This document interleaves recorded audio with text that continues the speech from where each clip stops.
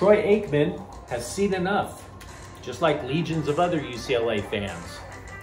A former Chargers quarterback is suing the team doctor, and with less than a week to go before training camp, we're going to take a look at the Lakers, the questions they're facing, what to do about Westbrook, but we'll get through it. Good morning, I'm James. This is your daily dose of sports and snark for the greatest sports city of the world, Los Angeles. This is Faithful Angelenos. It is September 18th, 2022. It is a tremendous Sunday, glorious. The LA teams just swept everything in sight. Happy about that? Definitely happy about the new subscribers. Thank you for getting in on the ground floor. If you like the content that we're putting out, clickety-clack the like button. Clickety-clack the subscribe button. There's a notifications bell. Hit that. It'll let you know when we drop new content. Sharing is caring. Let people know we exist, and by all means comment. It is Sunday. There is a God. I am not him. You can tell me if you think I'm wrong. So, take a quick look at the scoreboard for the news and notes. Julio Urias notched his 17th win. Even more impressive, the Dodgers are 144. Dodgers 7, Giants 2. It's a beautiful thing. Meanwhile, over at the Coliseum, USC dropped a 45-17 beatdown on Fresno State.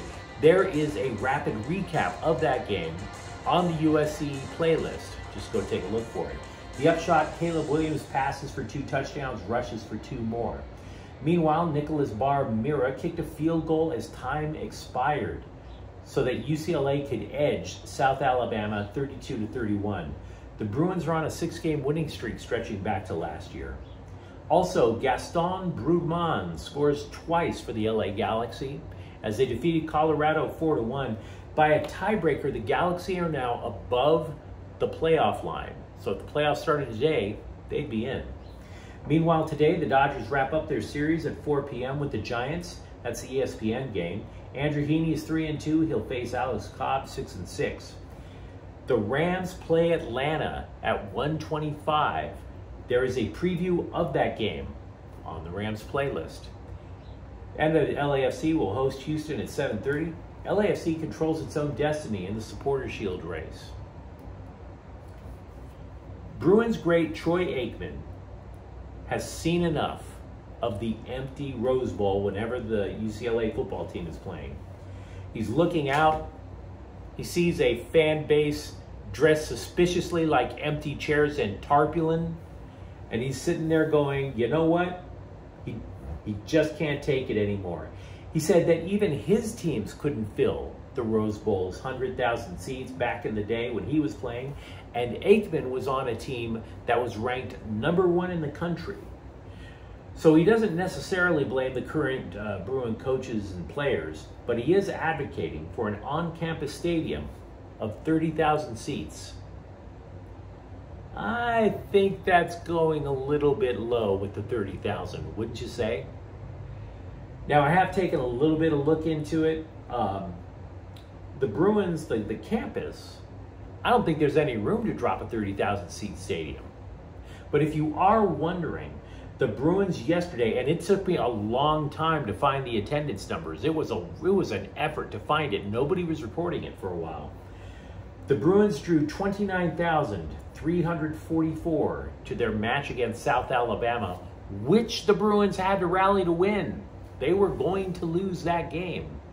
It's the second worst game in terms of attendance ever since UCLA started playing at the Rose Bowl.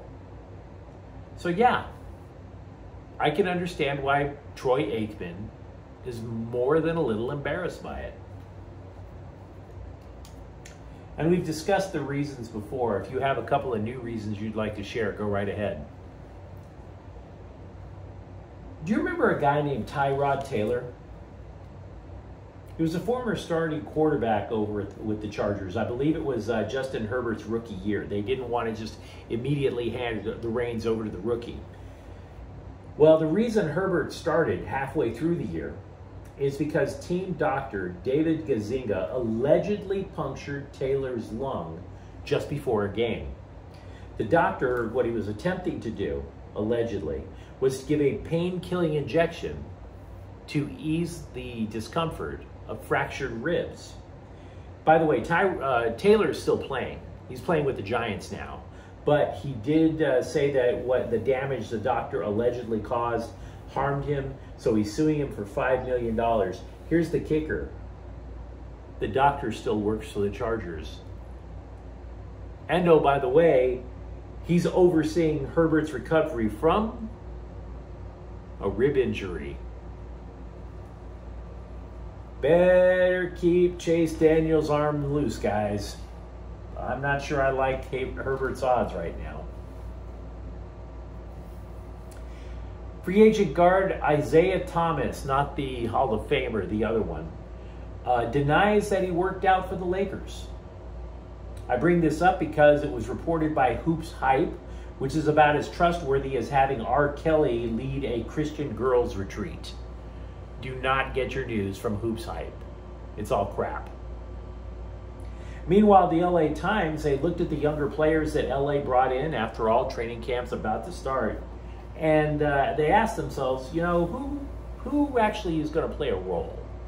Not just now, but in the future for the Lakers, which is a smart question. So they went to the NBA scouts. They said they could comment off the record. Scouts apparently now, about with training camp about to start, say that Lonnie Walker IV has all the tools to succeed and is legitimately a part of the Lakers' future. They also think the same thing of Austin Reeves, labeled him the best basketball player of all the younger athletes that the Lakers brought in. As for the rest, it starts getting a little dicey. That includes returning center Thomas Bryant because of his knee issues, and Troy Brown Jr. Now there's some other youngsters with the Lakers. Max Christie, he was a draft pick. Cole Swider, a sharpshooter. Scottie Pippen Jr. Wenyen Gabriel. You have shot with all four of them. Don't count on a lot. Now, some of this we've discussed before because it's obvious. You can't even go to your laptop and type in Russell Westbrook without Google auto-filling in the words trade rumors, right? So I want to just give you the bottom line. Here's what you need to know. 99% of the rumors, maybe even 100% of them, are absolute clickbait garbage. Don't waste your time. If you don't like Russell Westbrook, don't get your hopes up for an immediate trade. It's clickbait. But that, however, leads to other things about, well, what's going to happen with the guy since he's probably going to start the season with the team. What you should know is that the Lakers have empowered coach Darvin Ham to build whatever lineup and rotation that he sees fit.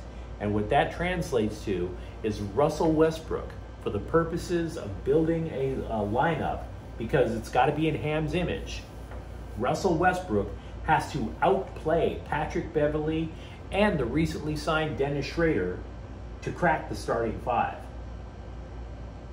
Another thing that you should know is that the Lakers don't necessarily want or feel compelled to trade Westbrook because his expiring contract leads to massive amounts of cap space for next summer. LA only has 3 players under contract for next year. That would be the rookie Christie, LeBron, and Anthony Davis. There's an expected salary cap of about $134 million next year. If they let Westbrook grow, they're anticipating to have as much as $30 to $35 million in cap space. The final thing that you should know is that Westbrook allegedly likes Ham. But let's be real, that liking is going to be tested at the end of training camp. We'll just have to see how that shakes out. I mentioned that the LA Times asked a good question about the Lakers. Well, The Athletic asked a great question about UCLA basketball. How will coach Mike Cronin balance returning starting guard Tiger Campbell with incoming guard, the number 9 national recruit, Amari Bailey? Now, Cronin right now, he's just basically, I don't want to say he's laughing it off, but he's basically of the opinion that modern basketball requires multiple ball handlers, not just one point guard, to bring it up and call the plays one at a time. Also, if you're a longtime follower of UCLA basketball with Mike Cronin, he has used as many as 4 guards in the offense at once, which is one big man, a 4-guard offense. So theoretically, you would need as many ball handlers in there as possible. Amari Bailey and Tiger Campbell. So it's a fair question. It's a damn fine question. But maybe it's already been answered. We'll have to wait for November, December. Starting pitcher Tyler Anderson for the Dodgers goes on the paternity list. It's a rather odd thing to hear about a paternity list, but so be it. He's a first-time All-Star. He also leads the team in innings pitched. So, all things being equal, maybe he needs to give his arm a little bit of rest. And if he's using paternity as an excuse, so be it. Can't complain. I'm still weirded out by the whole concept of paternity leave, though, to be completely honest with you. I'm not judging if you've taken paternity leave. It's changing of the times. You see, to support my wife, back in the day when she had a kid, I had to get my ass a second job. Paternity leave wasn't even, what? You know? Meanwhile, as a result of Anderson going on paternity leave, welcome back Andre Jackson. He is up with the big club for the 4th time this year. He's only appeared once in Dodger Blue, though, which is kind of funny. He just flies in, just sits on the bench and goes back home. Tony Gonsolin's bullpen session yesterday was good, Dave Roberts said. How good? Is he imminent to return? We don't know. Yancy Almonte's going to rehab in Oklahoma City. He's confident about that. And Bruzadar Graterol could be activated this week. Maybe even Blake Trinan for a team that already has 100 wins. Just crazy. Well, let me know what you think in the comments section. If you enjoyed today's clip, don't be afraid to subscribe to Faithful Angelenos. We are talking LA sports here. Thank you for watching. I'm James. We'll be back later today with a Rams rapid recap at the end of the game. And Faithful Angelenos is a Cortez Queso production. Take care.